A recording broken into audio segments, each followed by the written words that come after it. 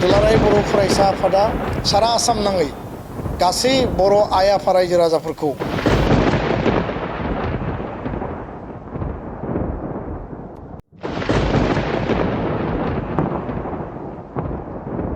good morning लोगोफोर दिनै नोंथांमोननो नाखौ मारै लायो बहा सायो बेखौ एसे देखायनो ओंखारदों आं लोगोफोर आङो दाहाय दैयाव थांसै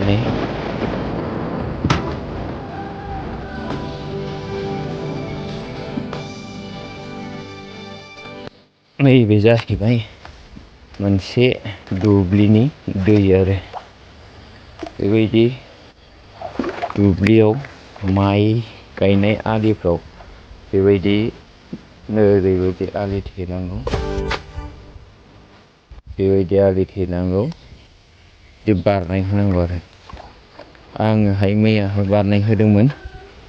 दा नाखौ नायनो फैबाय आं बारनायखौ नायग्रोनोसै नै सेनखौ नायथ'वाखै नै दा बिदि बारनानै थायो ओरै जे जाजोब्बाय नालाय ओरै बारनानै थायो नायानो दै खम जायोबा ना बिदि बारनानै थायो नुबायना मा ना बेयो बिदि बारनानै थायो बेयाव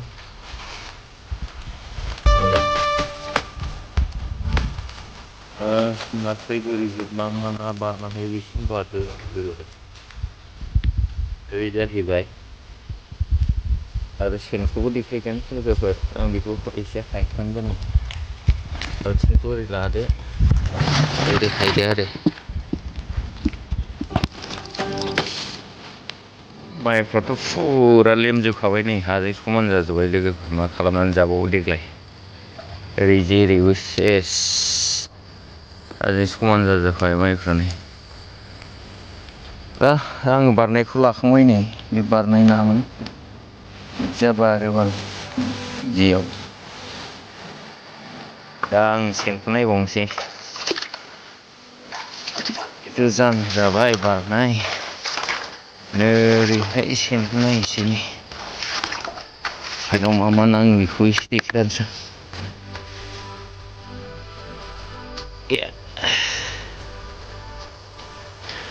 सेनखौ बेयाव सादांनाय बिदि हाग्रा खुरनानै दोननांगौ एसे बुलाबायानो नै सेनखौ नुजेनबायानो नै नुदों आयौ मागुर सिंगि नामा ओइ लोखौ मा दङ सेयाव 1 2 3 आयौ मारै आवाज होजोबखो फैबाय आं बेसेबा गिलिर मा दं जाखो एसे गुदुंखौ बख'नानै देखायग्रोनि वाव गिनांगौसो नै जरा सिङाव बाज्ल'जोबनाय ग्रुम होनलायखायो जि सुस्रा नायनि माबायदि गाबो वाव ग्रुम होनखायो दा गनायखौ एसे नायदो लोगोफोरनि आं दा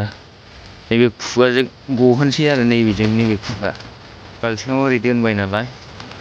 लुबाय आङो नाखौ गहांबायानो नै गुगा होथेजोब्बाय वाव थैबायलै मा ना हाबलांखोथाय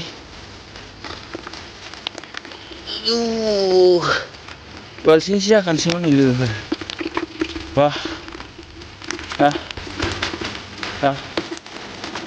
दा बिदिनो आरो लोगोफोर बिदि फरमुलाखौ लादो नै बे माइनि आलिफ्राव बिदि थेनांगौ बे ओरै बारनाय होनांगौ एसे साइड दोननानै सेन सानानै दोननांगौ दा थेंकिउसै लोगोफोर नाफोर नांगौबा एसे खबर लादो गोरान नांगौ ना गिसिनांगौ होननाय सोलायलांसै गोथां आरो गिसि माने थेंकिउ बाय दुलाराय बर' फरायसा आफादनिफ्राय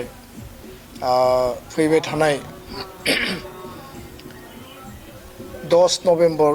2025 बे सानाव गुवाहाटीयाव थानाय सनापुरनि मिनि स्टेडियामाव गासै 14टा ट्राइबेल माहारिनि आरो अल आसाम ट्राइबेल संघ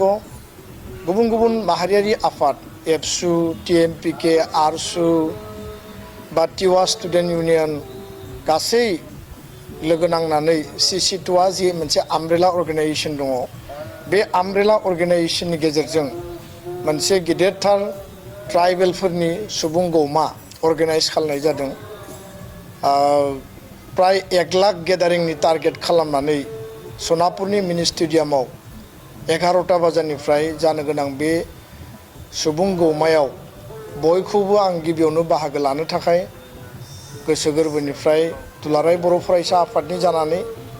बर' आइ आफा रायजो राजाजों लोगोसे आफादफोरखौ आं गुरैयै खावलायबाय बे सुबुं गौमानि गुबै थांखिया जाबाय जे आथिखालाव आसाम सरकारा आरो भारत सरकारा जथायहै मोनद' आसामनि पपुलास आरो एडभान्स कमिउनिटिखौ गोदानै एसटि थिसननायनि जे मोनसे ब्लुप्रिन्ट बेखौ होबथानायनि थाखाय आरो कुनु कारनाव जाहाथे थाखानाय एसटिफोरा बे गोदानै एसटि थिसननायनि थाखाय जेंनायाव मोगा मोगि जानो गोनां जाया बा जोंनि मोनखानाय राजनैतिक आरो संबिधानिक जि कन्स्टिटिउसनेल आरो पलिटिकेल जि राइट्स बे राइट्सआ जाहाथे खर्ब जाया बेखौनो लानानै आनइकुइभोकेल अपोज माने एगेन्स्ट माने 6 माने कमिउनिटी जि शेड्यूलिंग इशू बेखौ लानानै जोङो थिक थाक खालामनाय जादों आरो बेखायनो दुलाराय बर' फरायसा आफादा अल आसाम ट्राइबेल संघ मिरु आफाद जिल्ला आफाद साब डिभिजन आरो बर' माहारिनि गुबुन गुबुन आफादफोरखौ जोङो बर' थुनलाइ आफाद हारिमु आफाद जोंनि गासै गौथुमफोरखौ जोङो खावलायदों अलरेडि जों बिनि सायाव खेबसे मेल जिरायखांबाय दा दिनै आङो बे प्रेस मिटनि गेजेरजों दुलाराय बर' फरायसा आफादा सारा आसाम नाङै गासै बर' आइ आफा रायजो राजाफोरखौ बे 1 लाख गेदारिंनि टारगेट हिसाबै जिल्लाफोरनो दखराफोरनो जोङो थिक खालामनानै होदों आरो थांनायनि थाखाय गारि गुरानि जिखिनि बेबस्था नांगौ बेखौबो जोङो थिक खालामदों लोगोसेनो दुलाराय बर' फरायसा आफादा बे बाथ्राखौ आं स्पष्टयै रायजो राजाखौ खुथारै खावलायनो नागिरदों गावबा गावनि एरेन्जमेन्टनि गेजेरजोंब्लाबो आरो जोंनि यां जेनेरेसन जायफोर युथ्सफोर दङ माहारियारि आफादफोर दङ बिथांमोनाबो गावबा गावनि